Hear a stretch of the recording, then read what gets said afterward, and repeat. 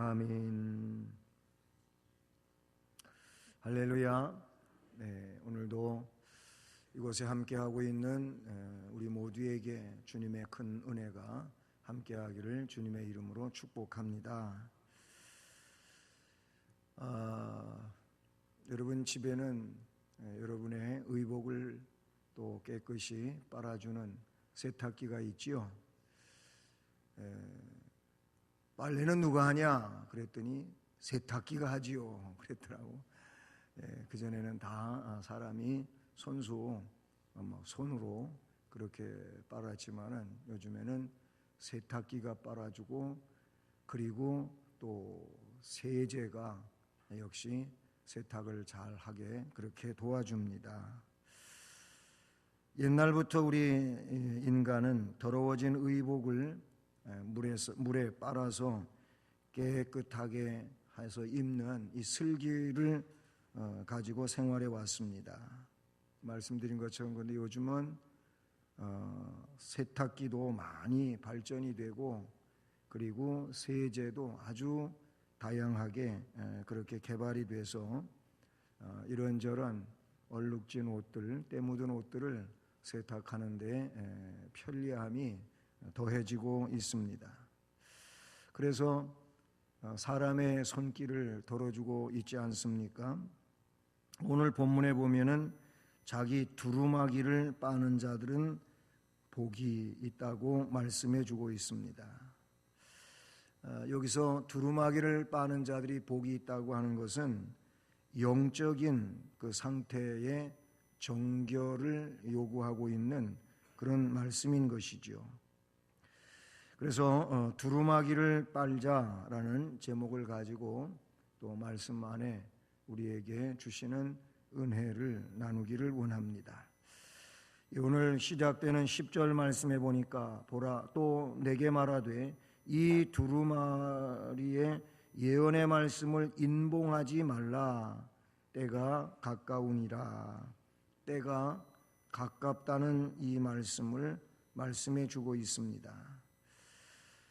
구약에는 그 말씀이 기록이 되어지면 거의 예언적 내용으로 기록되어지지 않습니까? 그래서 구약에는 그 말씀을 인봉하라, 그리고 간수하라, 이렇게 말씀해 주셨어요. 그런 것이 구약의 이 예언서의 말씀이 관례적으로 나오고 있죠.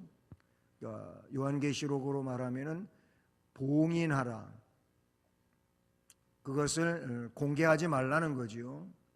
그리고 간직하라 혹은 간수하라, 이런 말씀으로 구약에서 사용되어지는데, 그런데 오늘 말씀에서는 인봉하지 말라, 결국 공개하라, 이런 말씀이 되는 것이죠.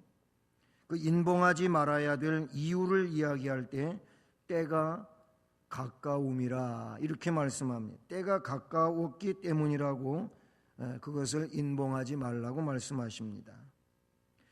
그러니 이 두루마리의 예언이 이루어질 때가 가까웠다고 하는 말씀을 말씀해 주고 있는 것이죠. 그리고 이 인봉하지 말라고 하는 이 말씀을 긍정적으로 받아서 생각한다면 어서 이 말씀을 전하라, 그리고 알게 하라, 이런 말입니다. 그러니까 인봉한다고 하는 것은 숨겨둬라, 모르게 하라, 감추어라, 이런 내용이지만 봉인을 이제 열라고 하는 것은, 이것을 봉인하지 말라고 하는 것은 공개하라는 이런 말씀이잖아요. 그러므로 이 말은 증언되어져야 되고 전파되어져야 되고, 그래서 전함으로 알게 해야 된다는 것을 말씀해 주고 있는 것이지요. 그러므로 우리들은 마지막 때가 얼마 남아있지 않은 것을 기억하고 전심으로 복음을 전해야 될 줄로 믿습니다. 또 그 다음에 이어지는 말씀의 11절을 보면은 거기 불의를 행하는 자는 그대로 불의를 행하고 더러운 자는 그대로 더럽고 의로운 자는 그대로 의를 행하고 거룩한 자는 그대로 거룩하게 하라. 그러면서 각 사람에게 12절에 이어지는 보라 내가 속히 오리니 내가 줄 상이 있어 내게 있어 각 사람에게 그가 행한 대로 갚아주리라. 아멘. 각 사람에게 그가 행한 대로, 그가 어떻게 행했든지 그가 행한 대로 갚아주리라 라고 말씀하십니다. 이 11절의 말씀은 경고의 메시지입니다. 경고하는 말씀이라고 볼 수가 있어요. 불의를 행하는 자는 그대로 불의를 행하고 더러운 자는 그냥 그대로 더럽게 살고, 그런가 하면 의로운 자는 그대로 의를 행하며 살고 거룩한 자는 그대로 거룩하게 하라.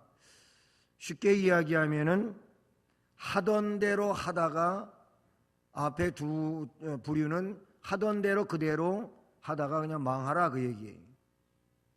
또 뒤에 나오는 두 가지는 하던 대로 그대로 하다가 상 받으라, 이런 말씀이라고 볼 수가 있는 것이죠. 이 말씀은 경고의 메시지로서 어떻게 보면은 이 말씀을 그냥 문자적으로만 보게 되면은 불의한 자나 의인을 모두 그냥 방임해 두라고 하는 그런 말씀처럼 들리지만, 그러나 이것은 하나의 풍자적인 그런 말씀으로서 마지막 때가 너무나 임박하였기 때문에 회개하게 하시려는 수단으로 이런 표현을 썼다고 볼 수 있는 것입니다. 지나치게 신경이 무뎌진 자에게는 풍자적인 것이 오히려 심각한 경종을 울려주기도 하지요. 아무리 회개하라고 권해도 듣지를 않는 거예요. 들을 생각을 안 하는 거지요.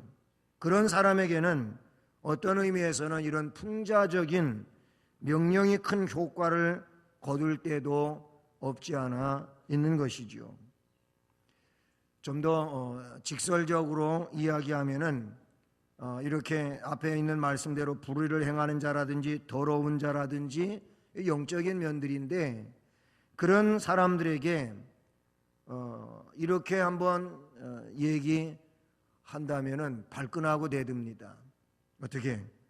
예수 믿지 않고 그대로 살다가 그냥 지옥이나 가세요. 이렇게 얘기를 하면, 이런 얘기 진짜 함부로 해서도 안 되는 일이고요.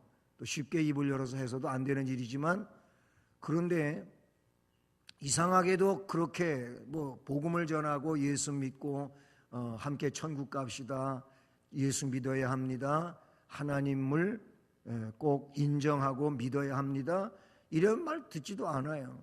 그런데 그럼 예수 믿지 않고 그냥 그렇게 살다가 지옥이나 가세요. 이랬더니요, 저도 실제 그렇게 해본 적이 있어요. 그것도 나이 많은 할아버지한테 그런 적이 있거든요. 말을 고집을 세우고 그러더라고요. 그렇게 얘기를 했더니 이분이 그냥 버럭 화를 내면서, 그래도 그렇지 말을 그렇게 막가는 말을 하냐고 말이에요. 말 좋게 해주면 안 되냐고. 이러고 저한테 오히려 그냥 화를 내면서 덤벼들더라고요. 그거 봐요. 지옥 가시는 거 싫잖아요. 지옥 가라고 했더니 지옥 가는 걸 굉장히 싫어하잖아요. 왜 그러시는데요? 그 나름대로 지옥이 확신은 안 하고 있지만 그래도 있다고 느끼는 거 아니에요? 그렇다면은 좀 말을 듣고 예수 믿어야 되지 않겠느냐고, 제가 그런 적이 있어요. 지옥 예수 안 믿겠다는 거죠. 죽어봤냐는 거죠. 죽어봐야 알지 뭘 어떻게 지금 죽지도 않고 젊은이가 아냐는 거예요. 성경에 있다고 얘기를 해도 성경을 안 믿으니까 그렇게 하겠죠. 경고의 말씀이지요. 불의를 행하는 자는 그대로 불의를 해라. 그리고 더러운 자는 그대로 더럽게 살아라. 의를 행하며 사는 의로운 자는 그대로 의를 행하며 살라. 거룩하게 살아왔느냐, 그냥 그대로 거룩하게 살아라. 그렇게 하다가 어떻게 하라고? 12절에 보라, 내가 속히 오는데 내가 줄 상이 내게 있어 각 사람에게 그가 행한 대로 내가 갚아주리라고 말씀하고 있어요. 이 말이 지금 앞에 제가 설명한 그 내용과 같은 거예요. 행한 대로 갚아준다고, 각 사람이 행한 대로, 그 사람이 어떻게 행했든지 그 사람이 행한 대로 내가 갚아주겠다. 즉 불의를 행한 자에게는 불의를 행했으니까 그에게 불의함이 임할 수밖에 없다는 것이죠. 더러운 자는 더럽게 살아왔기 때문에 더러움의 끝은 멸망이니까 멸망에 떨어질 수밖에 없다. 그 사람이 그렇게 행해왔으니까 그렇게 살아온 사람은 그 사람이 살아온 그 값을 그대로 받을 수밖에 없다고 말씀하고 있는 것이죠. 부자와 거지 나사로의 이야기 가운데에서도 우리 주님이 분명하게 말씀했어요. 이 부자가 그 음부에서 고통하잖아요. 너무 고통하고 괴롭고 물 한 방울이 없어가지고 막 혀가 타들어가고 갈라지고 그러면서도 죽지 않고 고통만 느끼는 이런 상황이, 그렇게 고통하다가 한순간에 어떻게 눈을 들어서 멀리 보니까 자기 집 대문간에서 얻어먹고 살던 나사로가 믿음의 조상 아버지 아브라함의 품에 안겨 그렇게 평온할 수가 없는 거예요. 예? 그래서 그 나사로를 손끝에 물을 좀 찍어다가 내 혀에다가 그렇게 떨어뜨려서 내 혀를 좀 식혀달라고 그랬더니 거절당했잖아요. 네가 있는 곳하고 이곳은 오고 갈 수 있는 곳이 아니라는 거예요. 그렇게 할 수 없는 곳이라는 거예요. 그래서 거절당했어요. 너는 살아있을 때에 세상에서 네가 원하는 대로 그렇게 누리면서 잘 살았다. 다 받을 거 거기서 받았다는 거예요. 그런 얘기가 나와요. 그래서 지금은 너에게 그런 상황이 있을 수밖에 없다는 것을 말해주고 있죠. 행한 대로 갚아준 거예요. 그가 살아온 내용에 근거해서 행한 대로 갚아준 거라고 성경은 말씀해 주고 있어요. 경고의 말씀이라 얘기죠. 이 말씀은 풍자적으로 그렇게 경고하고 있는 거예요. 분명코 주님은 오른편으로 왼편으로 양과 염소를 갈라놓고 오른편에 있는 자들에게는 상 받을 자들이요 왼편에 있는 자들에게는 진노받을 자들이라고, 화 받을 자들이라고 그렇게 말씀하시면서 그 갈라놓은 행한 대로 각 사람이 행한 대로 갚을 것입니다. 그래서 12절에 각 사람이 행한 대로 갚아주시는 주님에 대하여 분명하게 선언해 주고 있지 않습니까? 내가 속히 오는데 내가 줄 상이 내게 있어 각 사람에게 그가 행한 대로 갚아주리라. 불의를 행하고 더럽게 산 자는 형벌로, 의롭고 거룩한 자는 상급으로 갚아주시는 것이 공의로우신 하나님의 뜻인 줄로 믿습니다. 그러므로 11절 말씀은 회개하지 않는 자의 회개를 촉구하시는 말씀이며 성도들에게 더 열심을 내라고 하는 권면의 말씀인 줄로 믿습니다. 그리고 13절에 나는 알파와 오메가요 처음과 마지막이요 시작과 마침이니라. 아멘.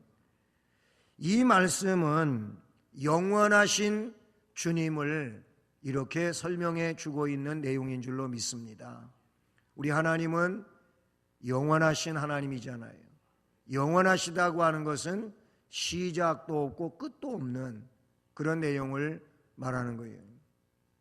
그래서 영원성을 가지고 계신 하나님, 하나님의 속성 가운데 영원성이 있다 그러니 우리 주님은 영원하신 주님이신 줄로 믿습니다. 그래서 성부와 성자와 성령 하나님은 한 하나님이시고 권능과 영광은 동등하신 그런 주권자요 영원하신 하나님이신 줄로 믿습니다. 그 영원하신 하나님이신 주님께서 각 사람에게 그가 일한 대로 갚아 준다고 말씀해 주고 있습니다. 우리가 주님께 충성하는 것은 구원을 위하여 충성하는 게 아니고 우리에게 구원을 선물로 주시고 그 선택과 그 영원한 하나님 나라의 기업을 허락해 주신 것에 대한 감사함인 것이고, 그리고 동시에 충성함으로 주님을 영화롭게 해드리고 그리고 상받는 이런 신앙생활을 위함인 줄로 믿습니다. 그러면서 그 다음에 이어지는 이제 14절로 15절 말씀을 보면은 정결한 자에게 복을 약속해 주고 있다는 사실이죠. 따라서 하십니다. 우리 주님은 정결한 자에게 복을 주신다.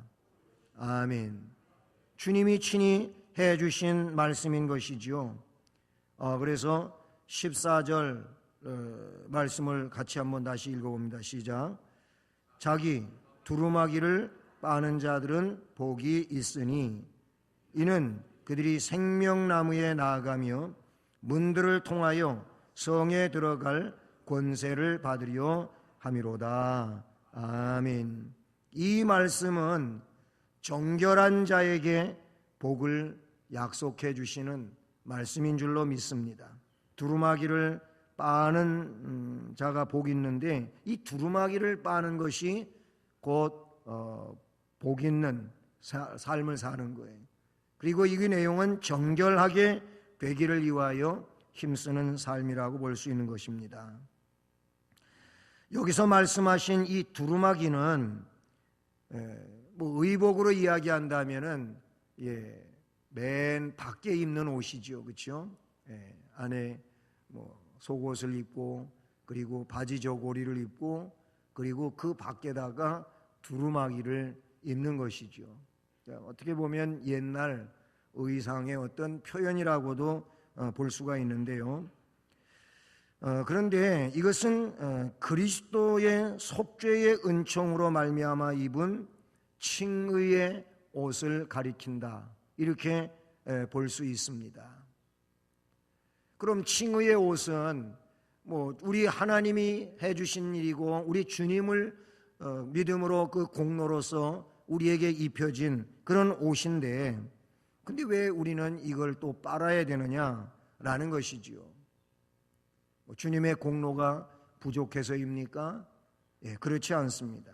여기서 빤다고 하는 이 내용은 예수를 구주로 믿어 의인이 된 하나님 백성들이 삶을 살아가면서 그 일상적인 삶의 내용들 가운데서 연약해서 부족해서 그래서 잘못하는 허물진 것들, 이런 것입니다.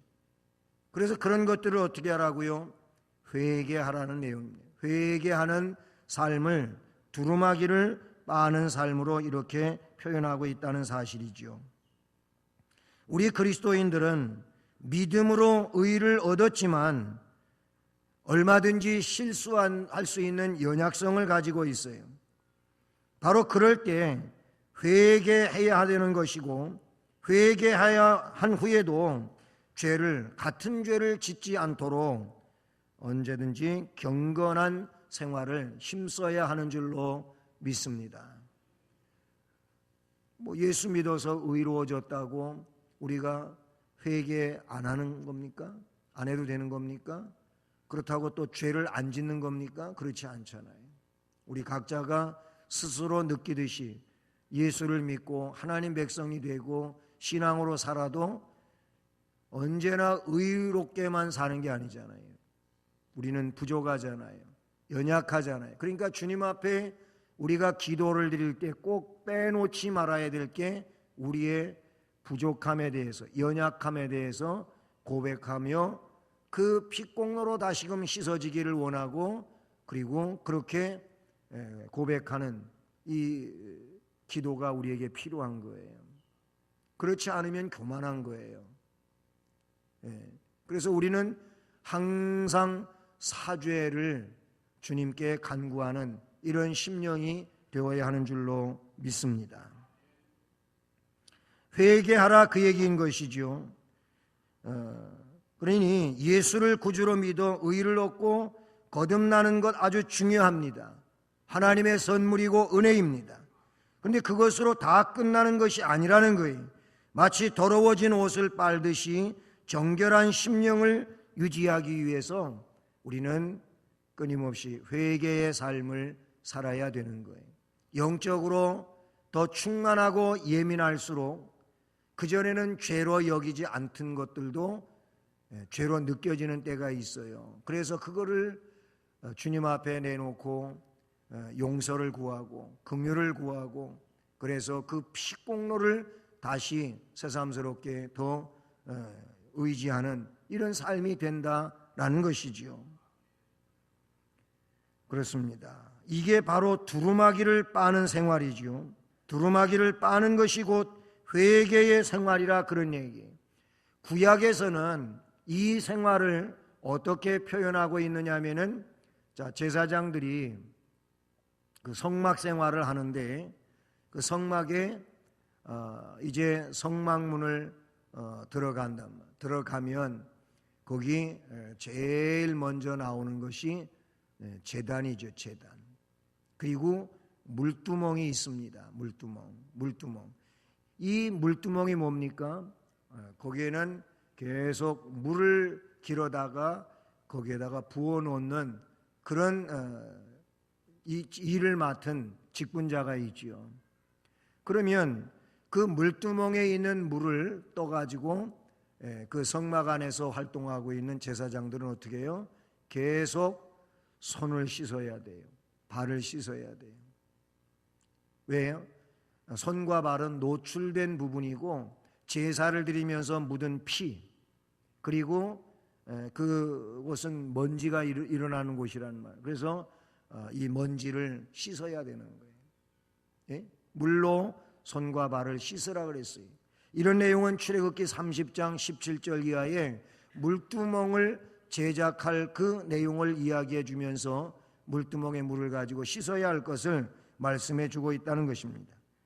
물두멍에 물을 떠가지고 씻지 않으면 죽임당하는 일까지도 성경은 말씀을 해주고 있다는 사실이죠. 이렇게 피와 먼지를 물두멍의 물로 자주 씻어서 정결을 유지해야 하는데, 이게 바로 회개를 의미하고 있는 그런 말씀이라고 볼 수 있는 것이죠. 이렇게 두루마기를 빠는 생활, 즉 회개의 생활로 이야기할 때 회개의 생활을 진실하게 하는 자들이 복이 있다는 겁니다. 이런 자들에게 무슨 복을 말씀해 주셨습니까? 이어지는 말씀에 보면 이는 그들이 첫째로 생명나무에 나아간다고 말씀해 주고 있어요. 생명나무에 나아가는 거예요. 이건 회복을 뜻하는 것이고 영생의 자리에 나아가는 복이라고 말씀하고 있죠. 생명나무에 나아가는 것은 결국 뭡니까? 이것은 진정 궁극적인 의미에서 천국 가는 것을 의미한다고 볼 수가 있어요. 창세기 3장 22절로 24절 말씀해 보면 생명나무에 가까이 할 수 없는 이런 상황이 되고만 내용을 거기에 말씀해 주고 있어요. 창세기 3장 22절로 24절을 제가 읽어 드릴게요.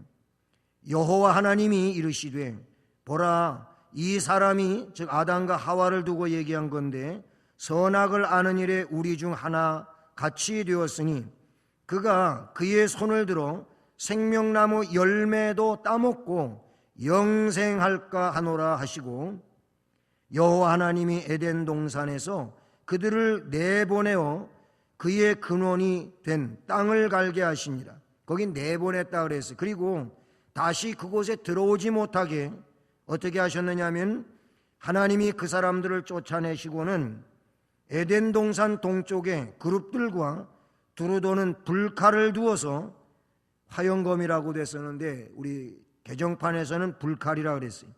불칼을 두어서 생명나무의 길을 지키게 하시니라. 이 생명나무에 오지 못하게 그렇게 그 길을 내쫓고 지킨다고 말씀해 주고 있지요. 근데 요한계시록에서 이미 앞에서 공부하고 지나온 내용인데 뭐라고 되어 있습니까?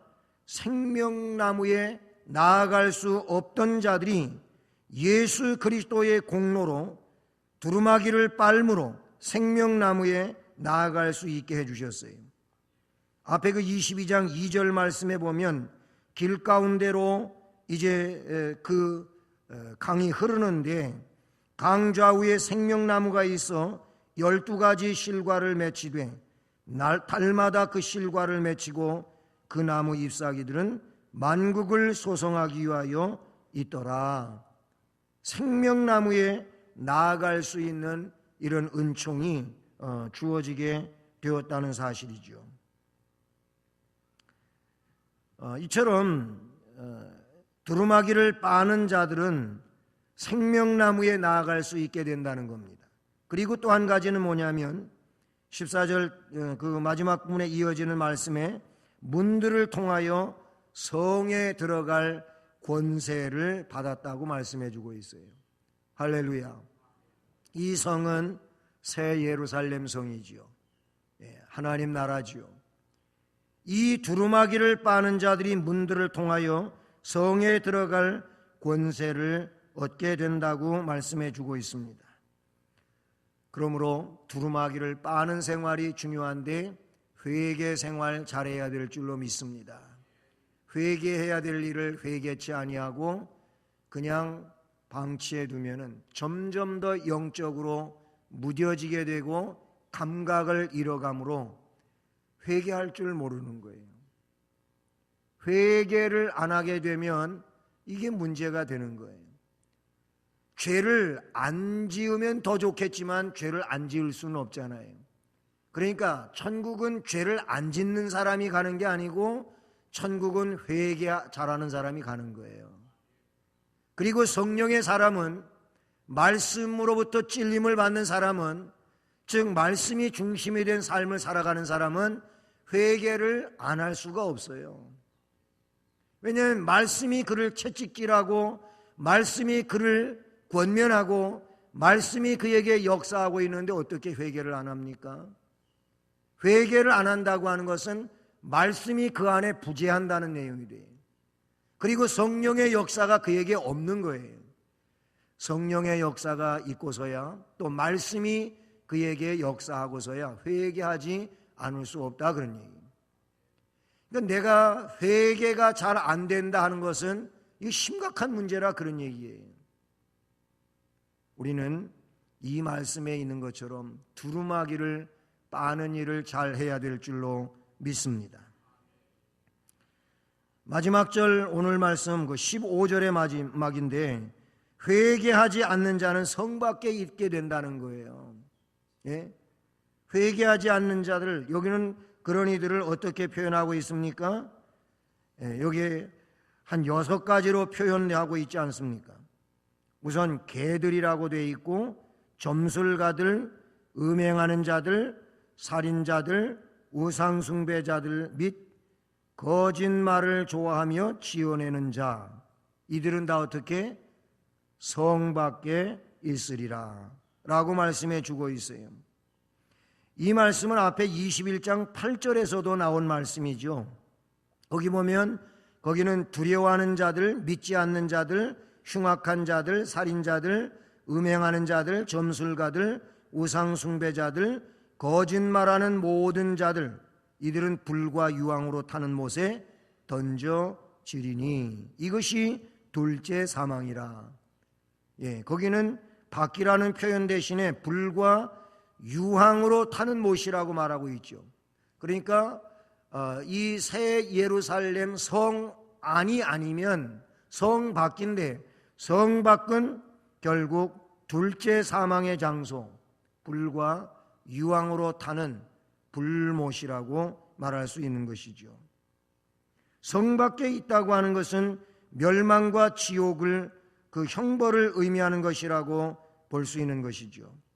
누가복음 16장에 보면 이곳은 부자가 들어가서 고통당하는 곳이라고 볼 수가 있고, 마가복음 9장 48절로 이야기한다면 이곳은 구더기도 죽지 않는 곳이라고 되어 있어요. 그리고 계시록 20장 14절은 영원한 불못으로 이야기하고 있습니다. 그러므로 여기는 절대 가면 안 되는 곳이라고. 여긴 가면 안 돼. 그러므로 우리는 우리 주님의 그 피공로를 의지하는 믿음에 의하여 확신이 있어야 되고, 그리고 거룩한 삶을 위해서 늘 우리 주님의 피를 의지하고 회개하는 삶을 살아야 될 줄로 믿습니다. 사랑하는 여러분, 때가 가까웠습니다.